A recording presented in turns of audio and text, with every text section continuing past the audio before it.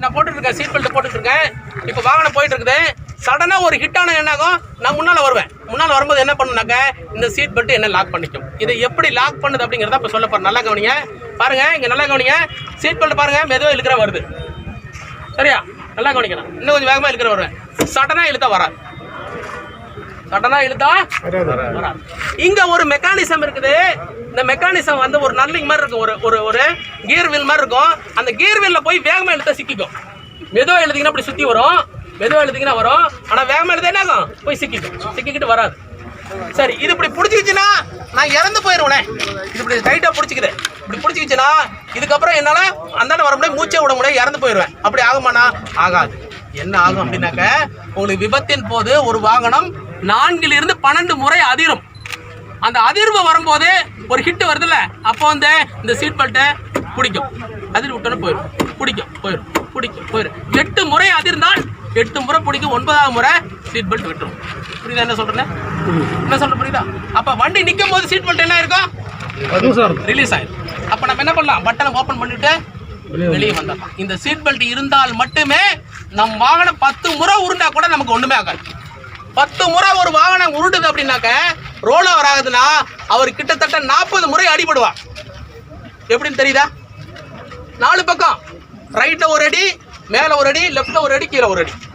ரைட்ல ஒன்று ஒரு முறை சுத்தும் போது 4 அடி. அப்ப 10 முறை சுத்துச்சுன்னா 40 அடி. ஒவ்வொரு டைமும் ஒவ்வொரு சிறு காயம் பட்டா கூட 40 அடி பட்டுச்சுன்னா என்னால் உயிருடன் இருக்க முடியாது. புரிஞ்சா? புரியுதா? அப்ப நம்ம என்ன பண்ணிருக்கோம், இதே சீட் பெல்ட் போட்டிருந்தா ரோலர் கோஸ்டர் மாதிரி நீ எந்த பக்கம் சுத்தினாலும் வண்டி மட்டும் தான் சுத்திட்டு இருக்கும், வண்டி மட்டும் தான் அடிபட்டு இருக்கும். நான் சீட்ல இருந்து இந்த பக்கம் வரவே மாட்டேன். பின்பக்கம் எனக்கு வந்து குஷனு, முன்பக்கம் சீட் பெல்ட், எது மேலேயும் போய் பட மாட்டேன். விபத்து முடிஞ்சதுக்கு அப்புறம் வாகனம் நின்னதுக்கு அப்புறம் சீட் பெல்ட் கட்டிட்டு வெளியே வரும். புரிஞ்சிருச்சா? புரிஞ்சுதா? சீட் பெல்ட்டோட கான்செப்ட் தெரிஞ்சிருச்சா? இத்தனை நாள் நமக்கு தெரியாது.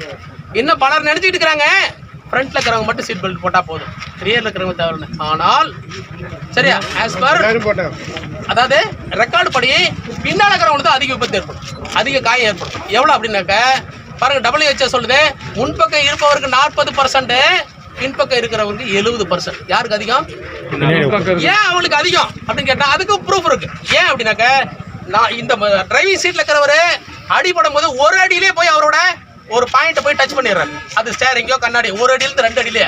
ஆனா பின்பக்கம் இருக்கிறவரு 5 அடி தூரம் வந்து இதை சந்திக்கணும். அப்போ ஃபோர்ஸ் இன்டு டிஸ்டன்ஸ், எல்லாத்துக்கும் ஒரே ஃபோர்ஸ் தான், ஆனா டிஸ்டன்ஸ் மாறுபடுது. அப்போ அவரோட அடிபடும் தன்மையும் அதிகமாகும். ஆகவே பின்னே இருப்பவர் தான் முதல்ல இருப்பார். புரிஞ்சிருச்சா? நம்மள நினைச்சிட்டு இருக்கிறோம் டிரைவர் மட்டும் சீட் பெல்ட் போட்டா போதும், கிடையவே கிடையாது. பின்னால இருக்கிறவங்க தான் கண்டிப்பா போட்டுக்கணும். ஏன்னா அவரு தான் ரொம்ப தூரத்தில் தூக்கி வீசப்படுவார், அவருக்கு தான் ஃபோர்ஸ் அதிகம். அதனாலதான் நீங்க எந்த ஒரு மரத்துல போய் ஹிட் பண்ணிருக்கிற ஆக்சிடென்ட்லாம் பாத்தீங்கன்னா பின்னால இருக்கிறவங்க இறந்துருப்பாங்க, முன்னால இருக்கிறவங்க அடிபட்டு இருப்பார். புரிஞ்சிச்சா? என்ன புரிஞ்சிச்சா? அப்ப கார்ல 4 அல்லது மேற்பட்ட சக்கர வாகனங்களில் செல்லும் போது நம்ம என்ன பண்ணிருக்கணும், கண்டிப்பாக இருக்கை பட்டை என்று சொல்லப்படும் சீட் பெல்ட்டை கண்டிப்பா அணிந்திருக்க வேண்டும். அப்படி அணிந்திருந்தால் மட்டும் விபத்தின் போது நாம் உயிருடன் இருக்க முடியும். சொல்லுவாங்க சீட் பெல்ட் போட்டிருந்தாதான் ஏர் பேக் வேலை செய்யும் சொல்லுவாங்க. இது உண்மையே பொய்யாங்கிறதுக்கு நீங்க போக வேணாம். ஆனா இந்த சீட் பெல்ட் அணிந்திருந்தால் மட்டுமே இந்த ஏர் பேக் உங்களை காப்பாற்றும். அதுவும் எப்படின்னு சொல்லிடுறேன். எப்படின்னு கேட்டீங்கன்னா, இப்ப நான் அப்படி போயிட்டு இருக்கேன், வண்டியில போயிட்டு இருக்கேன், சீட் பெல்ட் நான் போடல. இப்போ வந்து ஏர் பேக் என் வண்டியில இருக்குது, ஏர் பேக் இருக்கு, இது என்ன காப்பாத்துமான காப்பாத்து. ஏன்னு கேளுங்க. இப்போ நான் போயிட்டு இருக்கேன், ரைட்ல வந்து ஒரு வண்டி என்ன இடிக்குது. ரைட்ல இடிச்சா நான் எங்க போய் விழுவேன், லெஃப்ட்ல போய் விழுவேன். இப்போ இந்த பக்கம் போய் இப்படி விழுந்துட்டேன். இந்த ஏர் பேக் வந்து 400 கிலோமீட்டர் வேகத்தில் பயணிக்கும், 400 கிலோமீட்டர். சரியா? அப்ப 400 கிலோமீட்டர் வேகத்தில் வேகமா வரும். அது ஃபிராக்ஷன் ஆஃப் செகண்ட்ல வரும். அது வந்து வெறும் 50 மில்லி செகண்ட்ல வந்துடும். 50ல இருந்து 100 மில்லி செகண்ட்ல வெளியே வந்துடும். சரியா? அதாவது ஒரு செகண்டே 1000 பிரிக்கிறது, அதுல 100 செகண்ட்ல வெளியே வந்துடும், மில்லி செகண்ட்ல வெளியே வந்துடும். இப்போ நான் வலது பக்கம் போகும்போது இந்த ஏர் பேக் எங்க இருக்கும், ஏர் பலூன் எங்க வரும், இது ஏன் வெளியே போகுது? நான் தானே கார் வாங்கணும், என்ன நோக்கில வரணும், வராது. அதனோட டிசைன் அந்த மாதிரி தான். இது நேரா தான் வரும். நான் அப்பொழுது இங்க இருக்கிறேன், இது என்ன காப்பாத்துமா? காப்பாத்து. அப்ப இது காப்பாத்துனா என்ன பண்ணிருக்கணும், நான் சீட் பெல்ட் போட்டு ஒரே இடத்தில் இருந்தால் மட்டுமே முன்னால போறதை இது நடக்கும். முன்னால இருந்து ஏதாவது ஒரு ஃபாரின் மெட்டீரியல் என்னை இடிக்க வந்ததுன்னா இந்த ஏர் பலூன் என்னை காப்பாற்றும். இந்த ஏர் பலூன் வெறும் 2 செகண்ட் தான் பர்ச்சேஸ் ஆகும், அதுக்கப்புறம் திரும்பவும் காத்தெல்லாம் போயிடும்.